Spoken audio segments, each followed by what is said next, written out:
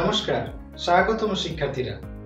এই টপিকে আপনি হ্যাকসয়িং ফাইলিং স্কোয়ার টু ডাইমেনশন সম্পাদন করতে শিখবেন। উদ্দেশ্য: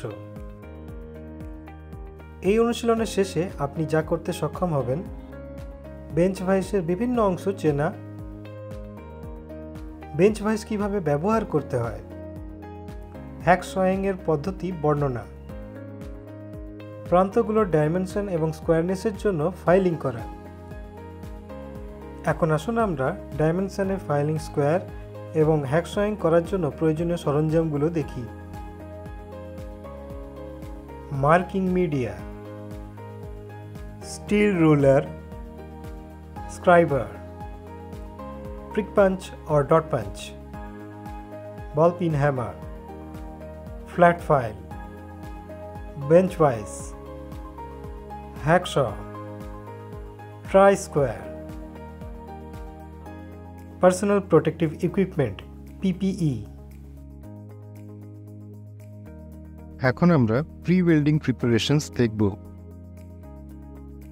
একটি রুলার ব্যবহার করে প্রি মেশিন সাইজ দৈর্ঘ্যে 75 mm এবং প্রস্থে 75 mm পরীক্ষা করুন। সাইড বি মার্ক বজায় রেখে 82 mm মার্কিং ম্যাটেরিয়াল ব্যবহার করুন। একইভাবে ই এর পাশে 82 mm মার্ক করুন। মার্ক লাইনটা পাঞ্চ করুন।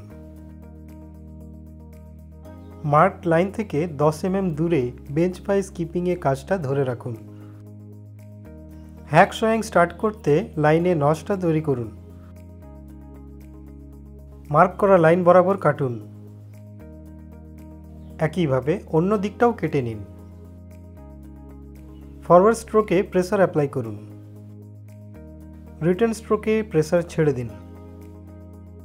সয়িংয়ের সময় ফুল লেন্থ ব্লেড ব্যবহার করুন। কাজটা ক্ল্যাম্প করুন যাতে ওভারহ্যাঙ্গিং এন্ডের দিকে সয়িং এগিয়ে যেতে পারে। সয়িংয়ের ক্রস সেকশন কাটিংয়ের জন্য কাজটা ক্ল্যাম্প করুন।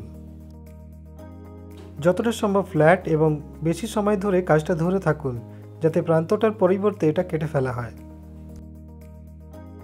জজগুলো ভালো করে টাইট করুন যাতে এটা ঝুঁকে না পড়ে বা নিজের জায়গা থেকে সরে না যায়। চ্যাটারিং এবং ভাইব্রেশন কম করার জন্য ক্ল্যাম্পিংয়ের উন্নতির প্রয়োজন। এখন আসুন আমরা দেখি কিভাবে ফাইলিং করতে হয় এবং স্কোয়ার ডাইমেনশনস বজায় রাখতে হয়। টাস্ক 1: হ্যাকসয়িং। কাটিংয়ের জন্য সঠিক পিচ ব্লেড বাছাই করুন। কাটার অংশটা যত ছোট হবে ব্লেড পিচটা তত সূক্ষ্ম হবে। একেবারে কমপক্ষে 4 টিথ কেটে ফেলা নিশ্চিত করুন। মেটেরিয়াল যত শক্ত হবে ব্লেড পিচটা তত সূক্ষ্ম হতে হবে। ব্লেডটা ফিক্স করুন যাতে কাটা দিকটা টিথের দিকে থাকে। উইং নাট ব্লেডকে শক্ত করতে এবং টানতে ব্যবহৃত হয়। যতক্ষণ না কয়েকটা দাঁত কাটছে ততক্ষণ অল্প পরিমাণে ডাউনওয়ার্ড পাম্প প্রেসার দিন। শুধুমাত্র সামনের দিকে কাটার সময় ডাউনওয়ার্ড প্রেসার ব্যবহার করুন। ব্লেডের মাঝখানে টিথের আর্লি ডালিং এড়াতে ফুল লেন্থ ব্লেড ব্যবহার করুন। মার্ক করা ডাইরেকশনের দিকে সামঞ্জস্য রেখে ব্লেডটা স্ট্রিক্টলি সরান।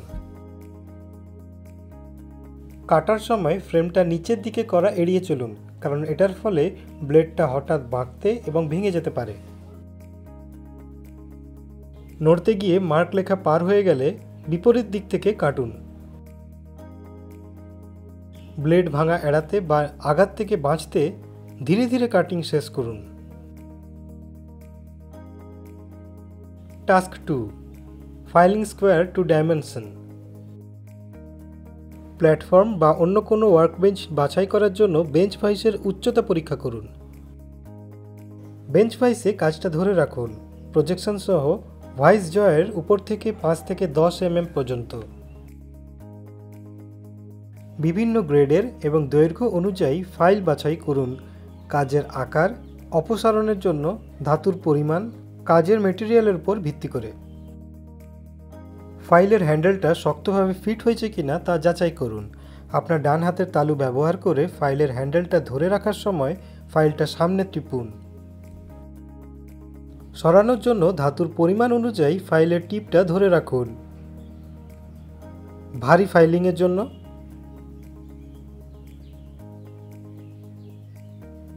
হালকা ফাইলিংয়ের জন্য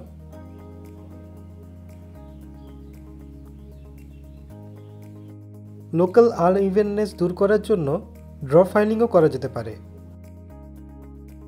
ফাইন ফিনিশিংয়ের জন্য ফাইলিং করা যেতে পারে। এগিয়ে যাওয়ার সময় ফাইলটাতে সমানভাবে চাপ প্রয়োগ করে ফাইলিং শুরু করুন এবং পিছনে যাওয়ার সময় এটা ছেড়ে দিন। আরও কয়েকটা স্ট্রোক দিন যাতে ফাইল সবসময় ফ্ল্যাট থাকে এবং ফাইল করার জন্য পৃষ্ঠ জুড়ে সোজা থাকে তা নিশ্চিত করার জন্য ফাইলের চাপের ভারসাম্য বজায় রাখুন। ফ্ল্যাটনেস চেক করা। ফ্ল্যাটনেস পরীক্ষা করার জন্য সোজা প্রান্ত হিসাবে ট্রাই স্কোয়ারের ব্লেডটা ব্যবহার করুন। সমস্ত দিকটা পরীক্ষা করার জন্য সারফেসের ট্রাই স্কোয়ার ব্লেডটা রাখুন যাতে পুরো সারফেস ঢেকে রাখা যায়। চেকিং ফেস করুন। অল্প ফাঁক নির্দেশ করবে হাই এবং লো স্পটস।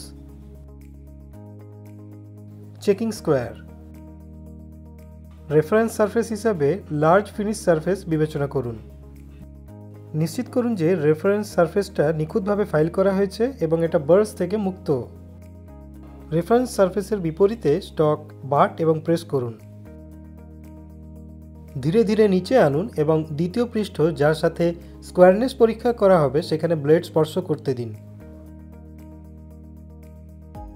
হালকা গ্যাপ ইন্ডিকেট করবে হাই এবং লো স্পটস। আসুন আমরা এই টপিক থেকে যা যা শিখেছি তার এক দ্রুত পুনরালোচনা করি। বেঞ্চ ভাইসের বিভিন্ন অংশ চিহ্নিত করা, বেঞ্চ ভাইস কিভাবে ব্যবহার করবেন তা জানা, হ্যাক সয়ং পদ্ধতি বর্ণনা করা, প্রান্তগুলোর স্কোয়ারনেস বজায় রাখতে এবং মাত্রা বজায় রাখতে কিভাবে ফাইল করা হয় তা দেখা। শিক্ষার্থীদের ধন্যবাদ। পরবর্তী সেশনে আবার দেখা হবে। বিদায়।